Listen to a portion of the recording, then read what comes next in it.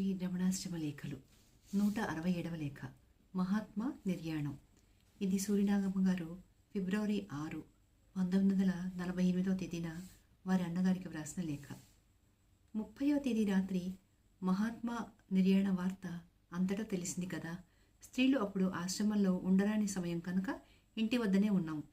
ఆ వార్త వినగానే భగవాన్ ఏమన్నారో అని మనసు తహతహలాడింది. రాత్రి వేళ అటు వెళ్ళడానికి జంకి మర్నాడు ఉదయం 7:30కు ఆశ్రమానికి వెళ్ళాను. రేడియోలో ప్రార్థన జరుగుతున్నది. ఒక పత్రికలో గాంధీ చిత్రపటంతో సహా నిర్యాణ వార్త వచ్చింది. భగవాన్ చదివి ప్రార్థన వింటూ, అలా ప్రార్థనలు చేసిన వారికి ఇది పూజ అన్నారు సానుభూతితో. రేడియోలో వైష్ణవ జనతో అన్న పాట వచ్చేసరికి విచార సూచక దృష్టితో మౌనం ధరించారు భగవాన్. 9:30 గంటలకి భగవాన్ బయటికి పోయి నిమిత్తం లేవబోతూ ఉంటే ఒక పత్రికా విలేకరి వచ్చి మహాత్మా మరణాన్ని గురించి 10 మంది వినున్నట్లుగా భగవాన్ ఏమైనా సెలవిస్తే పత్రికలో ప్రకటిస్తాను అని వేడుకున్నాడు. భగవాన్ గద్గద స్వరంతో, వారి ఈ విధమైన మరణానికి ప్రతి మానవుని హృదయం తప్పిస్తూనే ఉంది. నేను ప్రత్యేకించి చెప్పేందుకేముంది? విచారించని వారెవరు? నీకు ఏదైనా చెబితే ప్రకటిస్తావు, ఇక ఒక్కొక్కరే వచ్చి అడగడం సాగిస్తారు. ఎందుకది అని సెలవిచ్చారు. బయటికి వెళ్ళి వచ్చేసరికి 10:30 గంటలైంది. రేడియోలో జవహర్లాల్ స్పీచ్కి ముందే వైష్ణవ జనతో అంటూ పాడడం ప్రారంభించారు. ఆపినా ఆగక భగవాన్ కళ్ళ వెంట నీటి బొట్లు రాలాయి. 4:30కు స్త్రీలందరూ కలిసి రఘుపతి రాఘవ రాజారాం అంటూ పాడడానికి ఆరంభించారు. భగవాన్ కళ్ళ నిండా నీరు నుంచి కానియండి కానియండి అని సంజ్ఞ చేశారు. 5ంటికి శంఖం పూరించబడింది. మహాత్మా నిర్యాణం నిమిత్తం మాతృభూతేశ్వరాలయంలో కర్పూర హారతి ఇచ్చి భగవాన్ సన్నిధికి తెస్తే విభూతి కుంకుమను స్వీకరించారు భగవాన్. మొన్న ఉదయం పేపర్ చూస్తూ ప్రక్కనున్న వారితో, ఏమోయ్ ఆ మధ్యన తోకచుక్క పుట్టింది కదూ, దాని ఫలితమే మహాత్మా మరణం అని రాశారు ఇందులో. తోకచుక్క పుట్టినందుకు మొదటి ఫలమైనదన్నమాట అన్నారు భగవాన్. మొదటి ఫలమైనదన్నమాట అని భగవాన్ వాక్కులో పలుకుతున్నదే ఏమా అన్న శంకతో నా మనస్సు చివుక్కుమంది. ఇంతలో మరొక పేపర్ తీసి చూస్తే, ఇదిగోనోయ్ గుండు పీల్చినవాడు ప్రార్థనకు వచ్చే మహాత్మకు ఎదురుగా వచ్చి నమస్కరించి, ఇవాళ ఇంత ఆలస్యంగా దయచేశారేమి అని అడిగాడని, ఏదో జాగైందని వారన్నారని, వెంటనే గుండు పీల్చాడని ఉన్నదోయ్. రాముడు రావణ సంహార కార్యం ముగిసిన తర్వాత తిరిగి వైకుంఠానికి వెళ్ళాలన్న మాట మరచి ఉంటే దేవతలంతా యోచించి యముని పంపారట. వారు యతివేషంలో వచ్చి, వచ్చిన పని ముగిసింది, స్వర్గానికి దయచేయండి అన్నారట వినయంగా. ఇది అలాగే ఉంది. స్వరాజ్యం వచ్చింది కదా, నీ పని తీరిందే, ఇంకెందుకున్నావు, వెళ్ళవద్దా, ఇంత ఆలస్యమైందే అని ప్రార్థించి పంపినట్లుంది అని సెలవిచ్చారు భగవాన్. ఇప్పుడు చెప్పిన కథ ఉత్తర రామాయణంలోందే కదా అన్నాను. అవును, ఇదే కాదు, కృష్ణునికి వ్యాధుని బాణం మరణకారణం అయినట్లుందని ఒక పేపర్లో రాశారు. ఏదో ఒకటి అన్నారు భగవాన్. నిన్న హరీంద్రనాథ చట్టోపాధ్యాయ మహాత్మా ఫోటో ఒకటి భగవాన్కు చూపి, గాంధీ భగవానుల సమావేశం జరగకపోవడం శోచనీయం అన్నారు. లోగడవారు ఈ ఊరు వచ్చారు కదా, అప్పుడు ఆశ్రమం దాటి ప్రదక్షిణం రోడ్డున ఆనుకుని ఉన్న ద్రౌపదమ్మ కోవెల దాటగానే ఉన్న ఆ మైదానంలో మీటింగ్ ఏర్పాటైంది. తిరిగి వచ్చేటప్పుడు ఇక్కడికి వస్తారని ఇక్కడి వారు అనుకున్నారు. కానీ జనసంకులం ఎక్కువైనందువల్ల వచ్చే అవకాశం లేకపోయింది. ఏకాయికి స్టేషన్కే వెళ్ళిపోయారు. ఆ తర్వాత ఎంతో అనుకున్నారట. శంకర్లాల్ బ్యాంకర్కు వారిని ఇక్కడికి తీసుకొని రావాలని చాలా పట్టుదల. 1938లో రాజేంద్ర ప్రసాద్, జమ్నాలాల్ బజాజ్ మొదలైన వారంతా ఇక్కడికి వచ్చినప్పుడు స్కందాశ్రమం చూచి మహాత్మాను కొన్నాళ్లు ఇక్కడ ఉంచాలని చూశారు. కానీ సందర్భించలేదు.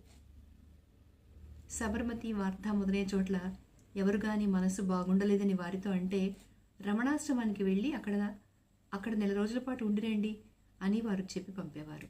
రామస్వామి రెడ్డియార్ మంత్రి కాగానే మహాత్మా వద్దకు వెళితే, మీరు రమణాశ్రమానికి ఎంతకాలంగా వెళుతున్నారు అని అడిగారట.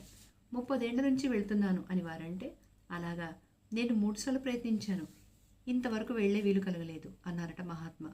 ఏం చేస్తారు, విడిస్తే కదా వచ్చేందుకు అన్నారు భగవాన్.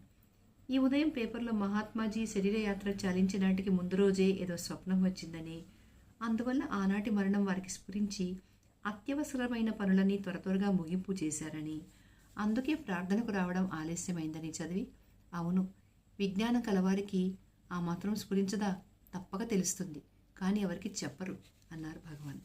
ఇట్లు సోదరి. 168వ లేఖ, సమాన భుక్తి. ఇది ఫిబ్రవరి 7వ తారీఖున 1948న సూరినాగమ్మ గారు వారి అన్నగారికి రాశారు. మన అబ్బాయి తిలక్ అంటే సూరినాగమ్మ గారి పెద్దన్న గారి కొడుకు అనమాట. మా అబ్బాయి తిలక్ లండన్ నుంచి ఇక్కడికి వచ్చి 15 రోజులైంది. పరీక్షా ఫలితం ఇంకా తెలియలేదు. త్వరగా రమ్మని తండ్రి రాయడం వల్ల మొన్న 30వ తేదీ మధ్యాహ్నం వెళ్ళదలిచి ముందు రోజు సాయంకాలమే బజారుకు వెళ్ళి భగవాన్కి ఇవ్వాలని ద్రాక్ష, ఖర్జూరం మొదలైన పళ్ళు తెచ్చాడు. 30వ తేదీ ఉదయం ఫలాహార వేళకు అన్నీ ఒలిచి పళ్ళలో పెట్టుకుని ఇద్దరం వెళ్ళాం. వంట ఇంటి వారు వాటిని నన్నే వడ్డించమన్నారు. అలవాటు లేనందువల్ల ముందు భగవాన్ వద్దకే తీసుకుని వెళ్ళాను. గద్దింపు స్వరంతో, ఏమది అన్నారు భగవాన్. అబ్బాయి పళ్ళు తెచ్చాడు అన్నాను. ఓహో సరి, ఒక్కొక్కటి వేయండి అన్నారు భగవాన్. శ్రీవారికి వడ్డించి అందరికీ అదే విధంగా వడ్డించాను. ఈ లోపల కొండరటి పళ్ళు 4 ఉంటే 10 మందికి మాత్రం చిన్న తుంపులు వేసి పెద్ద తుంపొకటి భగవాన్ విసట్లో వేశాడు శివానందం. భగవాన్ చిరాకుతో, ఇదిగో ఇవే చేష్టలు, అందరికీ సమంగా రానిది నాకెందుకు అంటూ వడ్డించే వారిని పాత లోపాలు కొత్త లోపాలు ఏకరో పెట్టారు. అంతా మెదలకుండా తిని లేచి వెళ్ళారు. భగవాన్ ప్రసన్నులై లేచేందుకు కాళ్ళు సర్దుకుంటూ ఉండగా సెలవడిగే నిమిత్తం తిలక్ నేను దగ్గరికి వెళ్ళాం. నమస్కరించి లేచి, అబ్బాయి ఊరికి వెళతారట అన్నాను. ఓహో అలాగా, పళ్ళు తెస్తే పరీక్ష పాస్ అయినాడనుకున్నాను. ఊరికి వెళుతున్నాడా, మంచిది అని పక్కనున్న వారికి నన్ను చూపి, ఇదిగో ఈమె ఒకటి, అందరికీ వడ్డించకుండా ముందు నాకు వడ్డించింది అన్నారు భగవాన్. అయ్యో, క్రొత్త కావడం వల్ల అలా చేశాను, అది తప్పే అన్నాను. అది సరి, అందుకే చెబుతున్నాను, అందరికీ వడ్డించిన తర్వాత భగవాన్కు వడ్డిస్తే అందరికీ సమానంగా వస్తుంది. ఒకవేళ మిగలదనుకో, మనకు లేకపోయినా బాధ లేదు, అందరూ తింటే భగవాన్ తిన్నట్లే అనే సంతృప్తి కలుగుతుంది. ఎప్పటికైనా అలాగే వడ్డించాలి, ఆ పద్ధతి మంచిది. అందరూ తింటే భగవాన్ తిన్నట్లు కాదు అని సెలవిచ్చారు భగవాన్. నిజమే, పొరపాటైంది అన్నాను. సరి సరి, దానికేమి అన్నారు భగవాన్. నీవు చూచావా లేదో, ఆశ్రమంలో ముప్పొద్దుల భోజనశాలలో గంట కొట్టడానికి ముందే ఇడ్లీలతో సహా వండిన పదార్థాలలోనూ కొంత తీసి ఆవులకు, కాకులకు, కుక్కలకు, కోతులకు, బీదసాదలకు, ఆశ్రమంలో ఉండే జీవరాశులకు అన్నిటికీ వేస్తేనే గాని భగవాన్ భోజనానికి రారు. శ్రీవారి భోజన సమయంలో ఒక్కొక్కప్పుడు పిచ్చుకలు రావడం కద్దు. వాటికి ముందు అన్నం వేస్తే కానీ భగవాన్ ఊరుకోరు. ఉడతలు, నెమళ్ళు వస్తే వేరుశనగ పప్పు వేయిస్తారు. ఇలా వేయడానికి ఎవరైనా ఎప్పుడైనా విసుగుదల చూపితే భగవాన్ సహించక, పోండయ్యా పోండి, సణుగుతూ ఎందుకు ఇవ్వడం, మనం ఎలా వచ్చామో అవి అలాగే వచ్చినాయి, మనకు ఏ విధంగా వస్తున్నదో వాటికి ఆ విధంగానే వస్తున్నది, మనని మాత్రం స్వామి స్వామి అని పూజించి పెట్టాలి, వారినేమో తిట్టి పెట్టాలా, కావాలని కొని తెచ్చామా, ఏవో వచ్చాయి, మనమంతా రాలేదు, ఎందుకయ్యా విసుగు అని మందలిస్తూ ఉంటారు. నేను లాస్టులో ఫస్ట్ అని భగవాన్ సెలవిచ్చారు. నేను అది మరచి ప్రవర్తించినందువల్ల ప్రబోధించారన్నమాట. ఇంకొక విశేషం ఏమిటంటే, పళ్ళు తెస్తే పరీక్ష పాస్ అయినాడు అనుకున్నాను అని భగవాన్ సెలవిచ్చిన వేళకే, అంటే 30 జనవరి 1948 నాడే లండన్లో పరీక్షా ఫలితాలు తెలిసాయట. అబ్బాయి పాస్ అయినట్లు అన్నయ్య నిన్నే తండ్రి ద్వారా భగవాన్కు తెలియజేశాడు. మహాత్ముల వాణి వృధాపోతు సుమ. ఇట్లు సోదరి. 169వ లేఖ, నాస్తికులు అద్వైతులు. ఇది ఫిబ్రవరి 8వ తారీఖున 1948న సూరినాగమ్మ గారు వారి అన్నగారికి రాసిన లేఖ. ఈ ఉదయం నేను వెళ్ళేసరికి హాల్ అంతా నిశ్శబ్దంగా ఉంది. అగరబత్తుల ధూపం హాలు చుట్టూ ఆవరించి సువాసనలు వెదజల్లుతోంది. భగవాన్ పేపర్లు చదివి ముగించి ప్రశాంతంగా కూర్చున్నారు. కృష్ణస్వామి గడియారానికి కీ ఇస్తున్నాడు. ఉన్నట్లుండి ఒకరు, స్వామి, నాస్తికులు అద్వైతులు వాద ప్రతివాదాలు చేసుకుంటారే, వారి అభిప్రాయ భేదాలేమిటి అని ప్రశ్నించారు. గడియారం టంగుటంగున గంటలు కొట్టింది. భగవాన్ చిరునవ్వుతో, అభిప్రాయ భేదాలేమిటా, ఇదిగో చూడండి, ఈ గడియారానికి ఇప్పుడు కీ తిప్పారు కనుక తిరుగుతూ గంటలు కొట్టింది. తిప్పేవాడు ఒకడు ఉండాలి, లేకుంటే గడియారం తిరగదు అంటారు అద్వైతులు. తిప్పేవాడు ఉన్నాడు అని ఒప్పుకుంటే వాడిని తిప్పేందుకు ఇంకొకడు ఉండాలి. అలా లెక్కిస్తే మొదలు చివర ఉండదు కాబట్టి కర్త అనేవాడు లేనే లేడు అంటారు నాస్తికులు. ఇవే అభిప్రాయ భేదాలు. చూడండి, ఈ తుండుగుడ్డ ఉన్నది, పత్తి కంటే భిన్నం కాదు కదా, అయితేనే ఏకులుగా నూలుగా మారి వస్త్రంగా తయారైంది. ఈ నిర్మాణానికి కారణకర్త ఒకడు ఉండాలి కదా, సాలెవాడు అందుకు కర్త అని చెప్పినా నానా రంగుల చిత్రవస్త్రాలు నామమాత్రాలే కానీ పత్తి కన్నా వేరు కావు అని భావించినట్లే నానా విధలోక నిర్మాణానికి ఒక కర్త ఉన్నాడు అని ఒప్పుకున్నా ఈ సమస్తం సత్తు కన్నా భిన్నం కాదు అని అద్వైతులు అవగాహన చేసుకుంటారు. చిన్నవి పెద్దవిగా నానా రకాల కుండలు ఉంటాయి. అంతా మన్నే కదా, అందులో ఏదైనా ఒకటి పగిలితే అయ్యో కుండ పోయింది అంటాం. ఏం పోయింది?